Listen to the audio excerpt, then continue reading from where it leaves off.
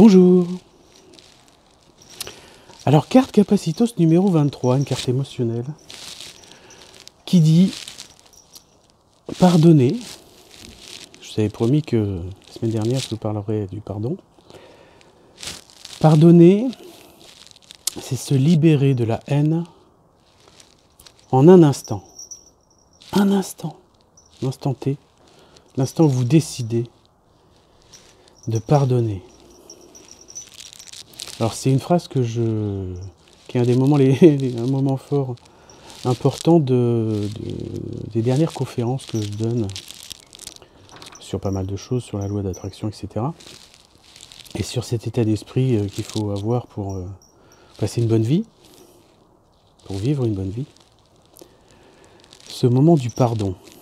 Alors déjà, pourquoi pardonner? On pardonne vis-à-vis de quelque chose qu'on nous a fait, une crasse qu'on a pu nous faire.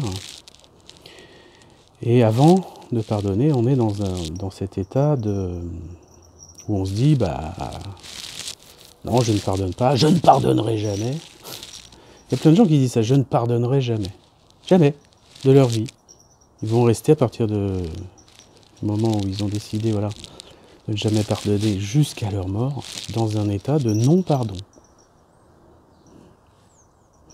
Un état dans lequel ils vont vibrer, ils vont se mettre dans cet état de vibration correspondant à ce qui leur a fait tort, à la personne qui leur a fait tort, ou à l'événement qui leur a fait tort, ou la circonstance qui leur a fait tort. À vie. À vie. Donc ça va être des souvenirs douloureux à chaque fois. Ça va être une pression artérielle à chaque fois, une pression mentale, un mauvais état d'esprit, bad mood, à chaque fois qu'ils vont penser à cette circonstance à laquelle ils ne veulent pas pardonner. On a tous évidemment eu depuis notre enfance cet état d'esprit de vengeance, etc., où on ne pardonne pas. Ok. Moi, avec l'aide de quelqu'un d'ailleurs, on m'a fait une saloperie, m'a pris pour un con, il y a quelques temps, il y a quelques mois, ou années, et je voulais pas pardonner à la personne parce que c'était pas la première fois.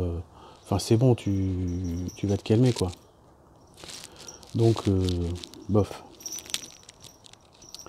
Et à chaque fois que j'y pensais, je dis non, mais c'est hors de question. Cette personne, c'est une connasse. C'est pas la peine. Et puis on m'a conseillé de pardonner.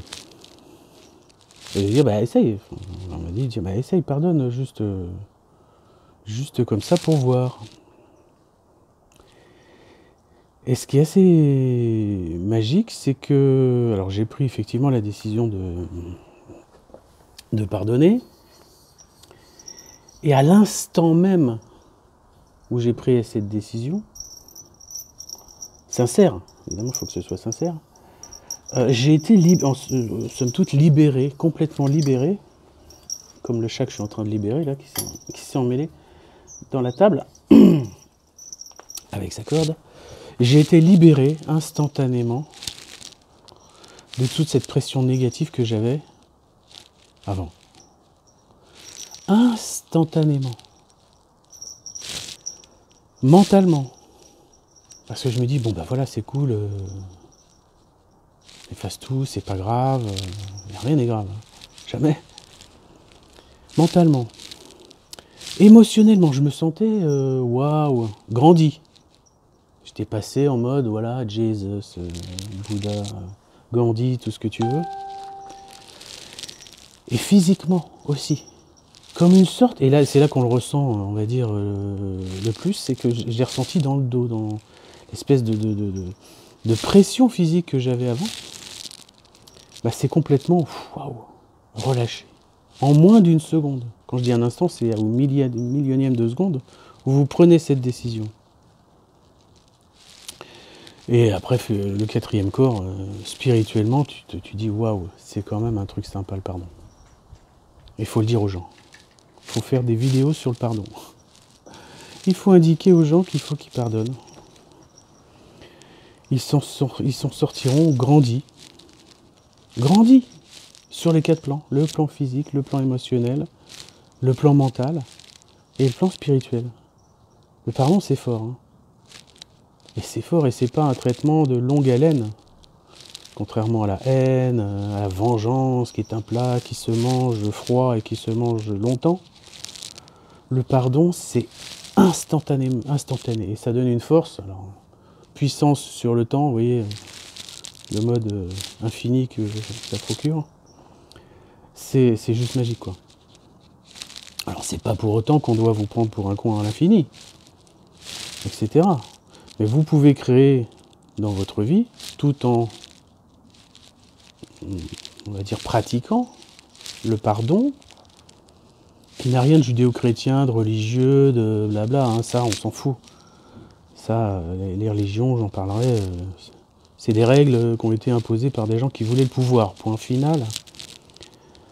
Là, je parle bien d'une dimension spirituelle du truc, personnelle, voilà, qui vous donne un outil dans la poche, vous avez ça, cette capacité à pardonner, qui vous rend invincible.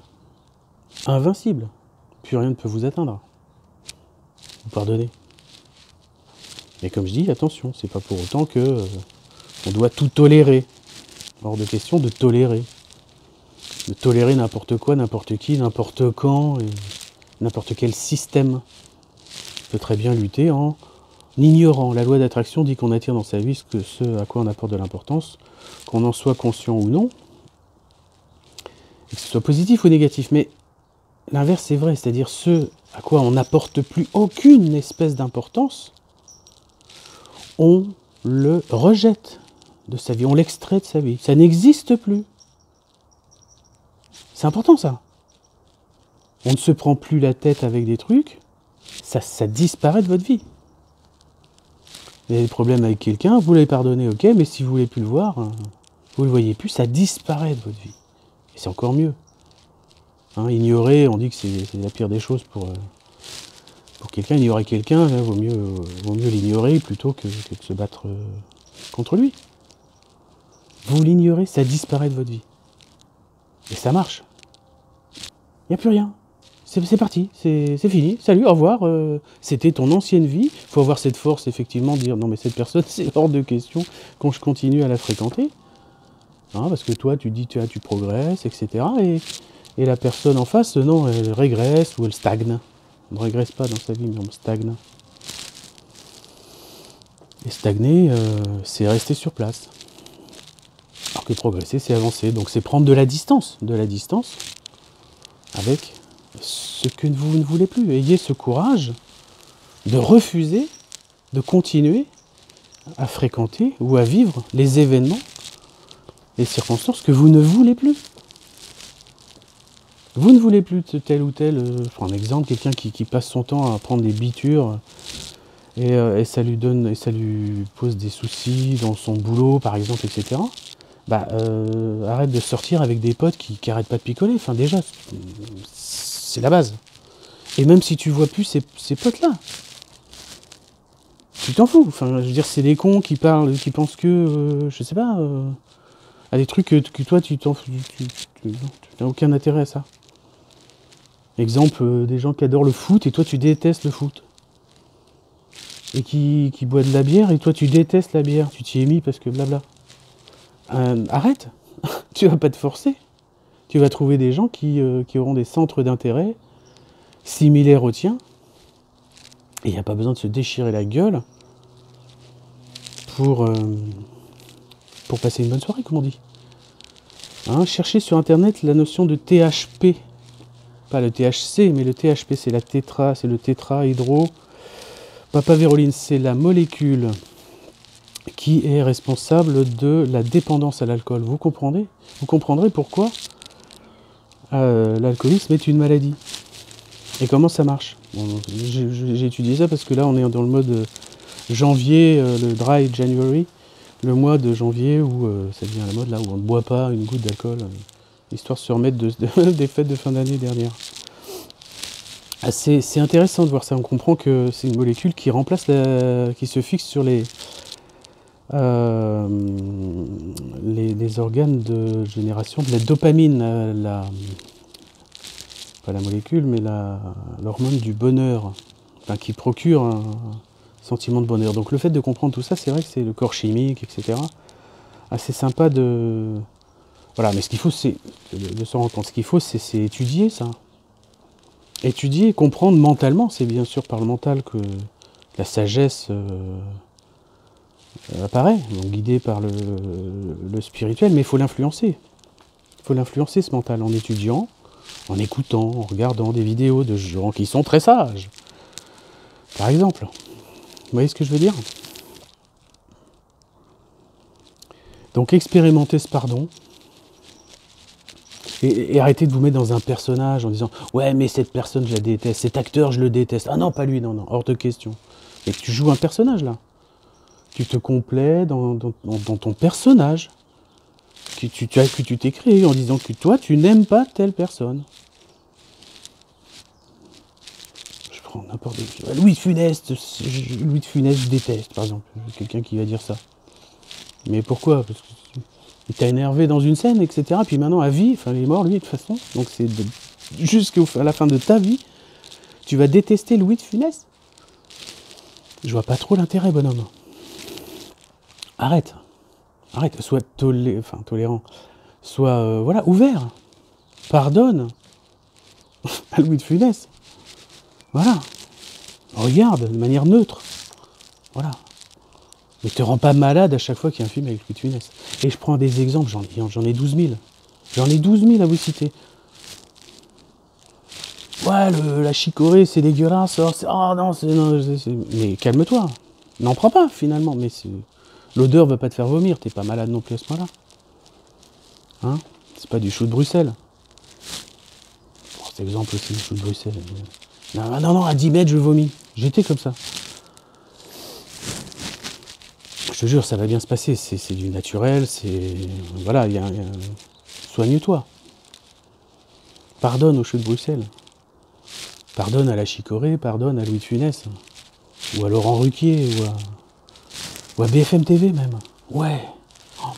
Bon, je sais, je t'en demande énormément là. Pardonner à BFM TV, là, c'est franchir un cap de sagesse ultime. Mais il le faut.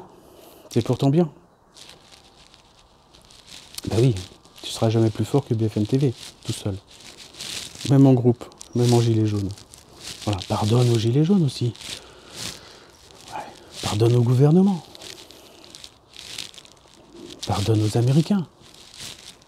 Ah oui, on peut faire ça.